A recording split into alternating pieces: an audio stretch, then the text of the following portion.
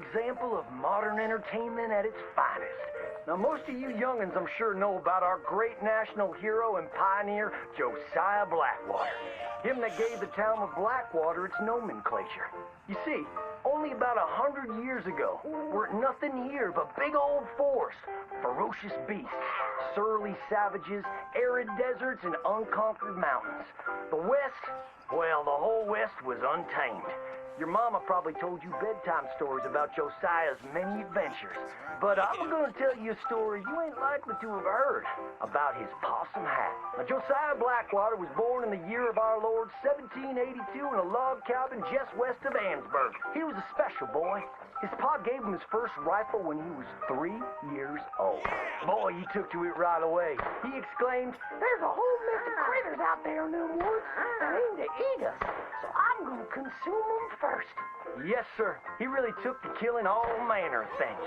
He was such a keen shot. One morning, he was sorting up some winter turnips for the root cellar when a big old bear and her cubs came in the kitchen hunting for food. It had a mind to eat up all the jams and preserves. Josiah grabbed that bear and wrestled her to the ground and squeezed and squeezed and squeezed. He whooped the tar clean out of that big old critter. Then he tied her up and grabbed them cubs and ground them into sausages while the mama bear watched. That's fine eating. His mom and pa knew right then he was cut out to be the finest wild frontiersman that ever drew breath. But first, they wanted him to get some book learning.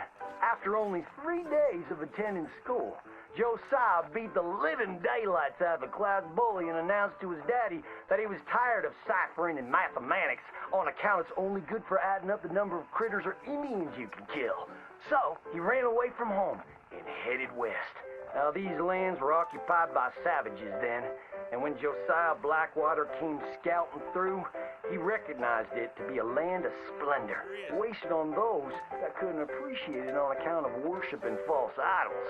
He got rid of all them pesky buffalo, and thereby ensured those infernal Injuns didn't have nothing to eat. Of course, that got them mightily riled up, so he had to slaughter all of them too.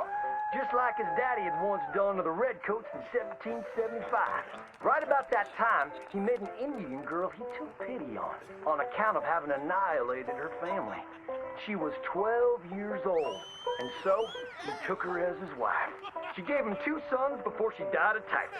Now, y'all know that Josiah Blackwater wore a possum for a hat. But most don't know how that came to be. Well, one day, old Josiah was riding a couple of alligators down the Lanahatchee River. Riding, standing up, and shooting eagles right out of the sky when he sees a big old mountain lion about to eat a possum. Josiah grabbed that mountain lion by the tail and wrestled it till it was plumb dead. Well, that possum really took to Josiah. Followed him around like a dog loyal to its master. Yes, they had a lot of adventures together. Now, Josiah never cried a day in his life, but he pert near dead on the day that possum passed, for they were mighty fine friends. So he skinned it and made it into a hat. Back in them days, a possum skin was as good as money, but he never parted with that hat, not even for $10. Once he founded the town of Blackwater, he sent word for settlers to come. It was the last stop in the west before San Francisco. He met a girl by the name of Rufina Helsby at a barn dance one night, took her as his wife, settled down, built himself a cattle empire, and had 14 youngins. But Josiah Blackwater wasn't the home-loving kind, and he grew mighty restless. One day on the courthouse steps, he announced, "You may all go to hell, and I will go to Saint Denis."